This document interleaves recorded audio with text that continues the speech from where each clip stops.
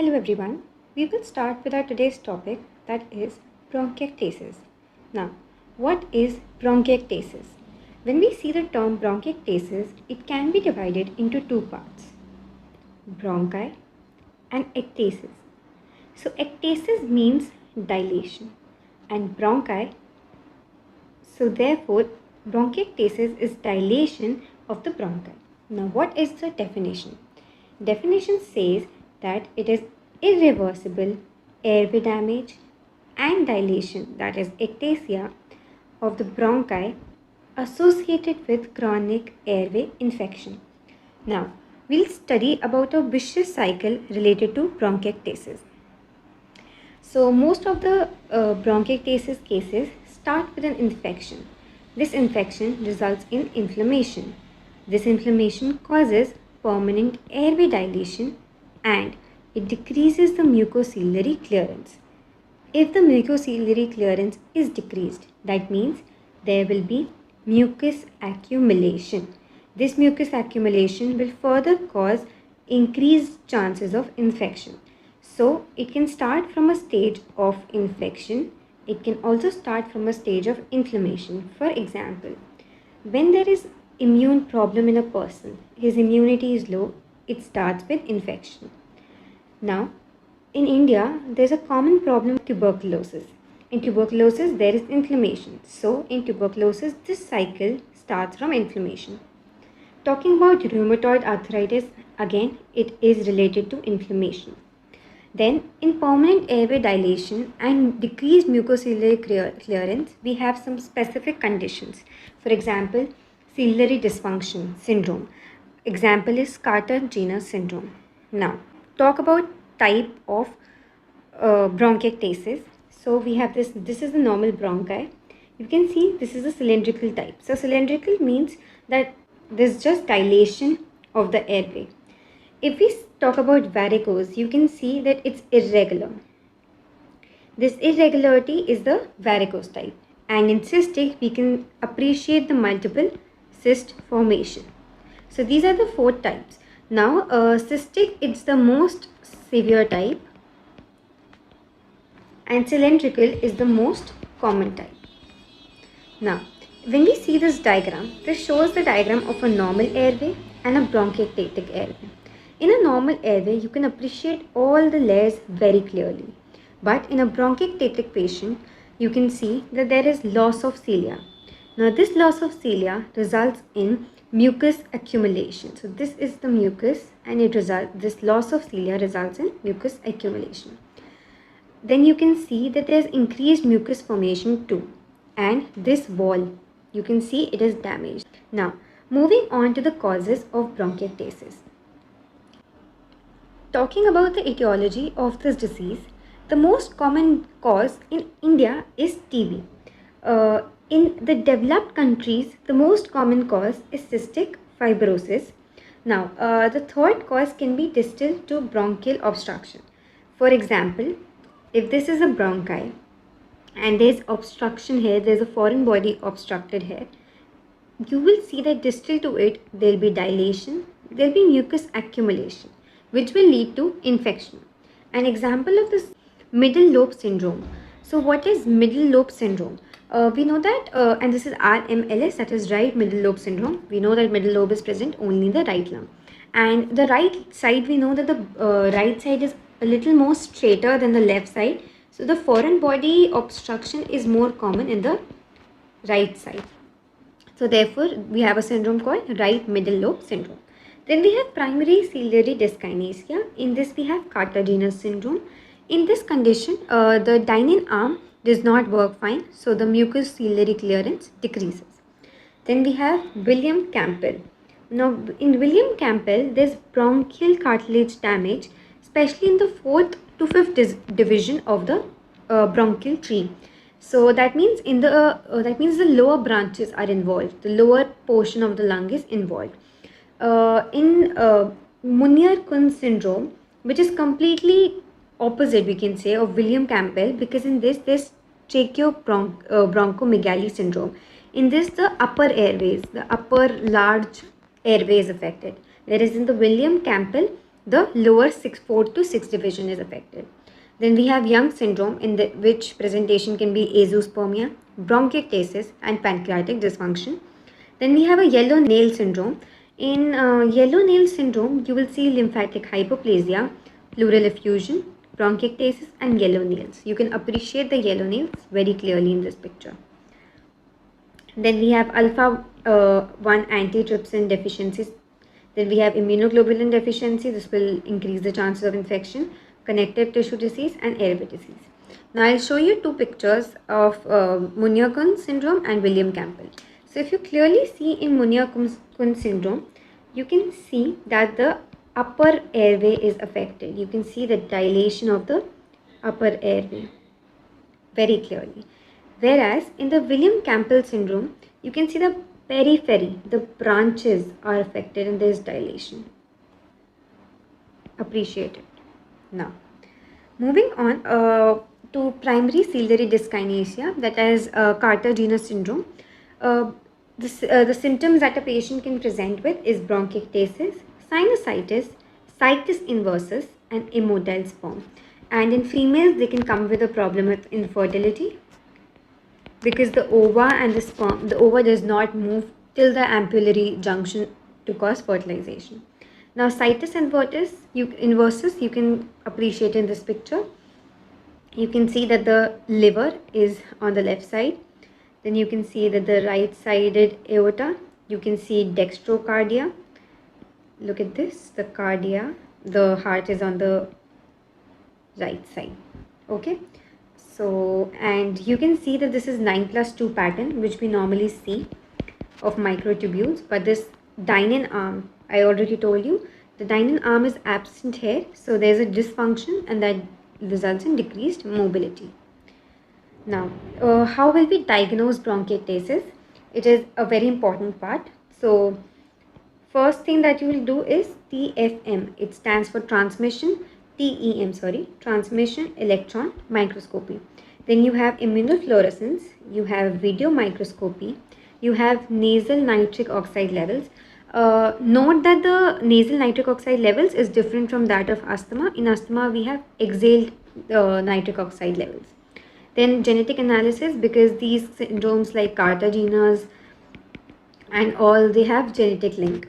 Then for cystic fibrosis specifically, because it's more common in developed countries, you have the sweat chloride test and CFTR gene mutation. So these are the tests that you can perform. Now clinical features. So when a patient with bronchiectasis comes to the clinic, what are the signs or symptoms that you will see? The symptoms that the patient will report and the signs you will see that you know for sure that this is bronchiectasis. So the three important points are the first three ones, that is chronic productive cough with copious sputum. I already told you that the mucociliary clearance decreases. This results in building up of secretions inside and this results in sputum formation. So we have chronic productive cough with copious sputum. Second important is recurrent hemoptysis, because there's dilation of blood vessels and then there's a lot of pressure because of the mucus formation. So this results in the bronchial vessels being ruptured and can come up as blood.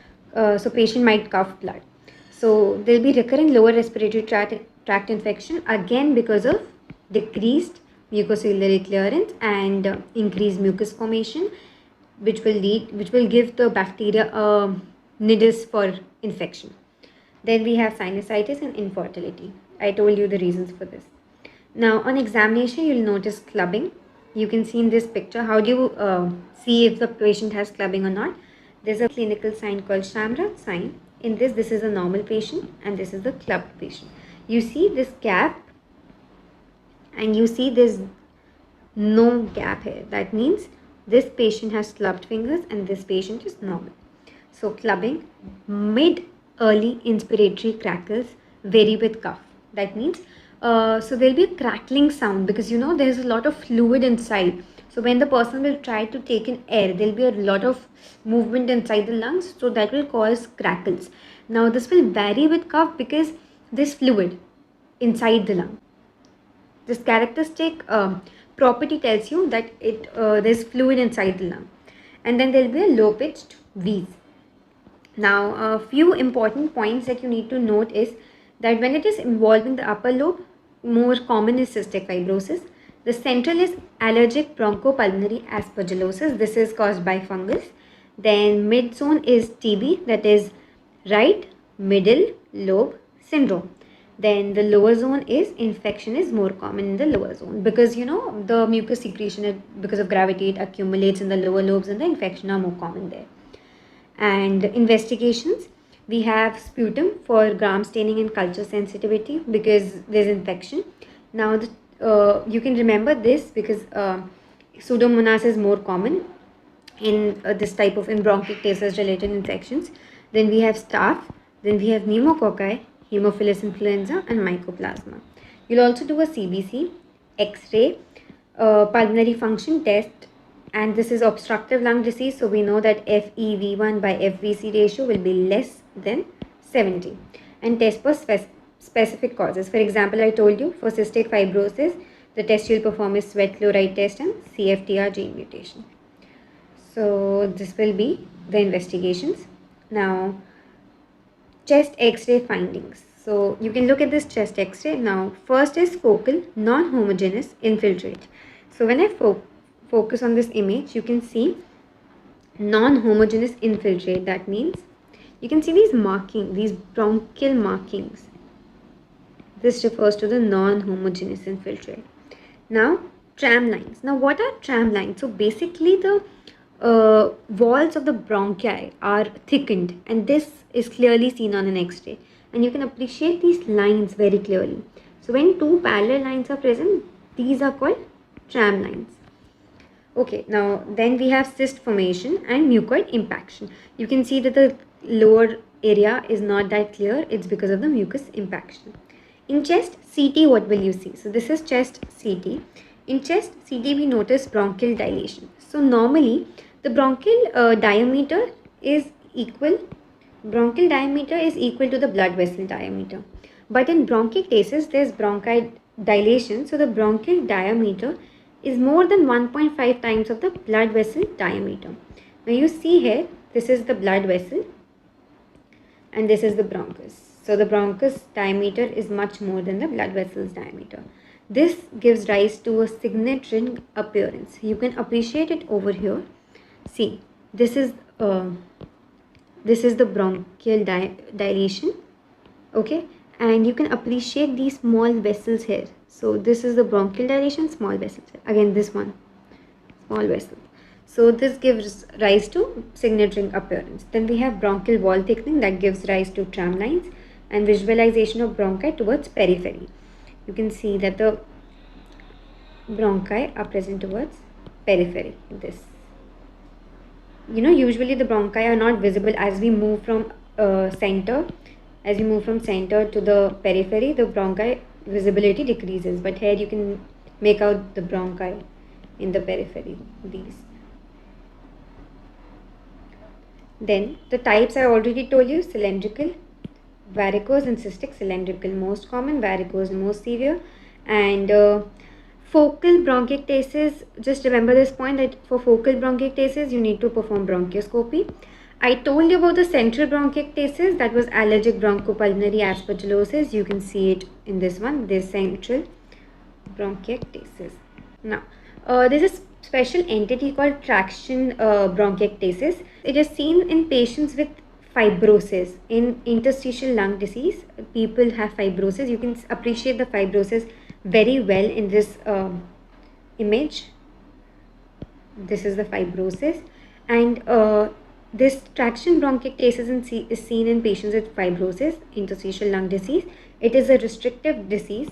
You know that bronchiectasis in general is obstructive disease, but this is restrictive.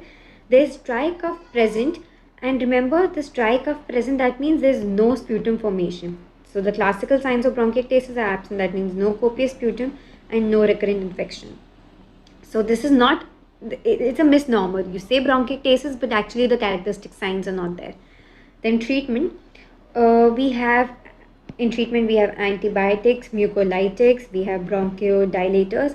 Now you'll say that there's already dry dilation of bronchi, so why do you need bronchodilators? If wheeze is present, it'll be symptomatic treatment. We have anti-inflammatory and long-term macrolides. Examples of mucolytics you can see here. You don't need to remember them, just note these ones.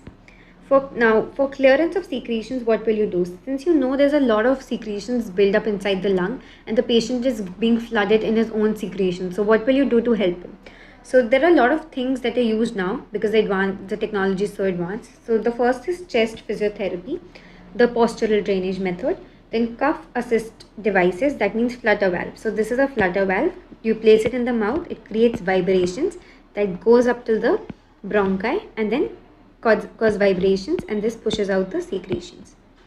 Then you have external electric vibrators, you have pneumatic vest, you have exercises. A lot of patients have reported that exercises actually help a lot, and post exercise they have a lot of clearance of mucus built.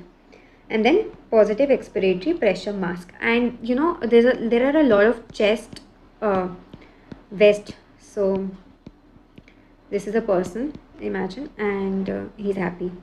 So we have vests that are worn by the patients, and these vests have vibratory sensors inside them, so you can also control these and you can stimulate specific parts, for example, and those will target the areas where mucus buildup is more. And in complications, you have pneumonia. Obviously, we have empyema, that means there's rupture in the pus that is there because of the bacterial infections. Obviously, there's pus, so that is leaked inside the cavity. You have abscess formation, and if it's released into the blood, you have septicemia and amyloidosis. So that was about bronchiectasis. Thank you.